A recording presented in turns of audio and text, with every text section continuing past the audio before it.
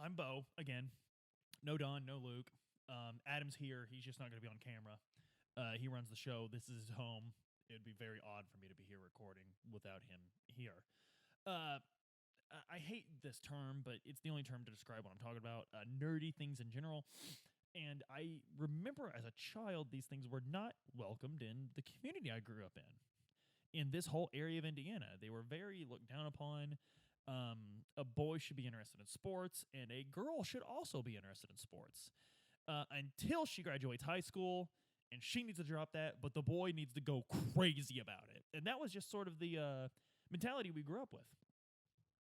But I remember 2001 changed everything. I don't know what happened this year. I mean, I do know what happened this year. We had a Star Wars movie 2 years before that, one coming up the next year. We're all excited about that. We had the Lord of the Rings trilogy started. Wildly popular movies. Good luck finding someone that hated them. And the sixth generation of consoles. The PlayStation 2 had been out for a year. The GameCube just came out, and the Xbox just came out. And so there was a great surge in stuff, but there was always surges and stuff. We always had this stuff sitting around. But suddenly it became really cool. The X-Men movie came out the year before. I think the X-Men movie was 2000. And, of course, a lot of people that would normally be into that sort of thing wanted to go see that sort of thing because just 6 years ago they were watching the cartoon when they were kids. 2000, by the way, I was about 14, 13, just to set some stuff there. But anyway, I had just gotten into Dungeons & Dragons in the year 2000 with the release of 3rd edition. I had played a little bit of 2nd edition before, but 3rd edition was the first one I dungeon mastered and everything. And I remember in junior high in 2000 getting Pokemon cards slapped out of my hand because I was a 13-year-old boy playing Pokemon cards. Getting my Dungeons & Dragons books got stomped by a girl who claimed I was worshiping Satan. Good, sorry, sister, it was nowhere near that cool. If I could have summoned a demon, I would have had a hell of a lot more fun. Not saying I would have hurt anyone. I just think it would have been cool to like just ride around with him in like a pickup truck, maybe like a cold sixer of Coors in the cooler back there, which he could use the cool drink because gets hot down there. But I remember all these things distinctly. I remember being a bus driver called me out because I was talking about Dragon Ball Z. Called me out in front of everyone, like everyone on the bus, and was like, "Hey man, you need to talk about girls or cars or something because I can't listen to this this Dragon Ball Z stuff anymore." I swear to God, like in front of everyone, he pulled the fucking bus over. I'm not kidding. He was going through a lot. Like I gave him a pass. He had a lot going on at home, but and he did deal with this ADHD 13-year-old coming on the bus every day talking about elves and Dragon Balls and bullshit, and he just wanted to have a drink earlier than he could. But hell of a nice guy. I hope he's doing okay. But something in 2001 changed everything, and I honestly think it was Halo Combat Evolved. I think that was the tipping point. Sure, Lord of the Rings, a lot of people want to see Lord of the Rings. People go to see movies. It doesn't necessarily mean they love them or they're obsessed with them or they're buying the complete visual guide or looking up shit on the internet about it. They just like to go see movies. I remember several people that I knew loved that movie because there was attractive people in this movie. There was Orlando Bloom, the best example. Absolutely an overnight heartthrob. Viggo Mortensen. So yeah, this attracted, people to this movie. And they were beautifully made. They were fun. Just everything you want from a summer blockbuster movie, even though I believe they were all released in December. But everything you would want. Everything. And they came out on Christmas break. Absolutely. So I don't think it was them. I think it was Halo Combat Evolved because I think Halo Combat Evolved made people realize how much fun you can have sitting in a basement with a bunch of people. And I think subconsciously on some level, they were like, maybe those D&D guys aren't that bad. Maybe there's something there. Maybe that's fun. Because Halo's fun. Halo's a lot of fun. Funny story about me and Halo. I think I mentioned this on the Halo podcast. I think I've mentioned this before. The first time I ever encountered Halo, I hated it. I didn't play until 3 because I hated my first encounter with it so much. I grew up in and stop me. Just fast forward if I've told Don or this story like 8 times. But I lived in Yankeetown, and I would drive to Tell City on the weekends because I had friends there through my cousin. I had friends in Yankeetown too. That comes into play later in the story.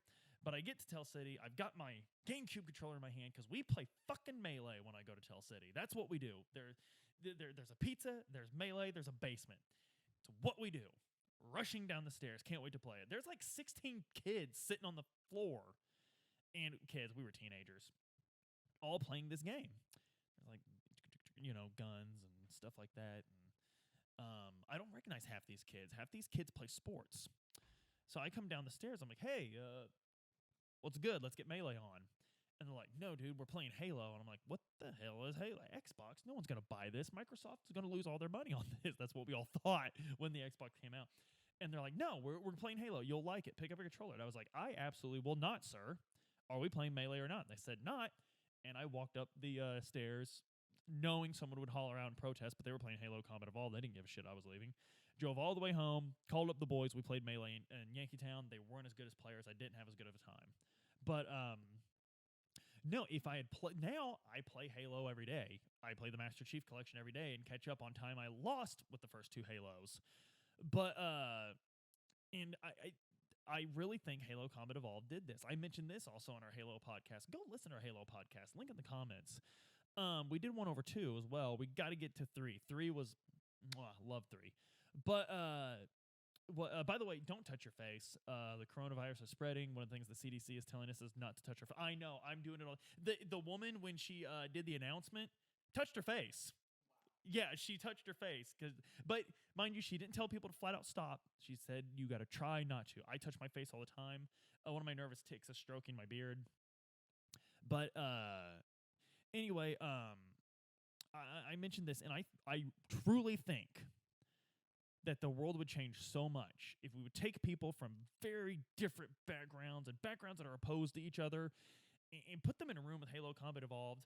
I really just have a big LAN party of people who hate each other. I really think people would walk out of that garage or basement knowing that they have more in common than they did when they walked in. I truly believe that. There's just something about Halo. It's so accessible, yet so deep. It was the perfect bridge to let people over into this area that they weren't supposed to be in. Come over there and see the water's fine. Everything's okay. And I remember 2002, just a year after Halo Combat Evolved, I was going to buy a supplemental book at Barnes & Noble. Remember when there was bookstores? I was in Barnes & Noble. I was going to buy a supplemental book for D&D, and there was 2 kids decked out in Abercrombie & Fitch, popular hairstyle. They looked like the coolest kids in school, and they noticed me looking, and they came up and started asking me all this stuff about him, and I taught them how to play, and they're like, cool, well, we got lacrosse practice. You don't play lacrosse around here unless you're like super rich and popular. Like it's the game they played in American Pie, for God's sakes. That's the team they were on, and that's like it was just the it game. So they're like, we got to go to lacrosse practice, and they left. And I was like, God, that's cool, man. Like everyone does this stuff now. I remember seeing my first Letterman jacket in a comic book store somewhere around that time, and a term we like to throw around a lot right now is gatekeeper, because a lot of these people that were into this stuff before 2001 in this area, it's kind of their territory. They feel like they're getting encroached upon. I think the more the merrier. I think it's really cool that everyone likes this stuff. Like when I started doing this podcast, guys at work would listen to it, and they're not as opposed to what we're saying as I thought they'd be. And my favorite conversation I ever had at work, one of the toughest sumbitches I work with, I mean, the guy chews tobacco, spits it into a Mountain Dew can, goes to Taco Bell drunk, flatbed Chevy with a what's the diesel engine for a Chevy? Duramax. Got the Dirty Max, baby. I mean, he's the I've literally seen this guy get in a heated argument over whose truck is louder. Point of pride for him. Loves Kingdom Hearts. Has confided this in me. And when I asked him who his favorite summon in Kingdom Hearts history was, he gave me one of those ones where he's trying to look like he's not talking to me, and he kind of leans in close and he's like, Tinkerbell, Tinkerbell, and it was so hilarious because I'm going over all the reasons why pragmatically Tinkerbell would be one of your favorite summons. She heals you. It's very pragmatic why he would pick that one, but he's just so ashamed to say that he likes a fairy. My sibling actually got into it with a guy at his work because the Bang energy drinks, the unicorn whatever, it's like something unicorn, one of the flavors, and the guy was like mad that someone would drink that because it's not manly enough. So yeah, there's just certain things I think we deal with that I don't think other people in other areas have to as much. Of course, you always have. I mean, toxic masculinity is not a rural thing. This is spread everywhere. This exists everywhere in our culture. I really feel like it's socially acceptable to scream it at the top of your lungs here, and it's something that gets on my nerves. And this was really more about me getting something off my chest. But the more people get into this stuff, the more you see the culture changing around here. It's kind of like tattoos. You remember like when you were a kid and nobody had tattoos and now everyone's sleeved out? I've just got one. But you know, you remember that? Like it's kind of like that. Like suddenly all of a sudden it was okay to do it. And like there's no reason to be mad about that. That's cool. I guess that's what I'm trying to say. Also, Harvest Moon came out in America in 1996, so maybe they're like, well, they farm in video games, so why not? Maybe that was it. I think Harvest Moon 64 was wildly more successful, though, commercially and critically. Anyway, that's all I'm trying to say. If you like what you're hearing, or even if you don't, but you like the podcast, just subscribe, hit the bell. Your phone will tell you when you could see our bright shining faces talking about Xenogears. Share it with people. Share, like if you think this looks cool, like if you like what we're doing here, just send it in Messenger or text message. Or there's so many cool share options now. Like, just let the world know, you know. And until then, I'll see you next time.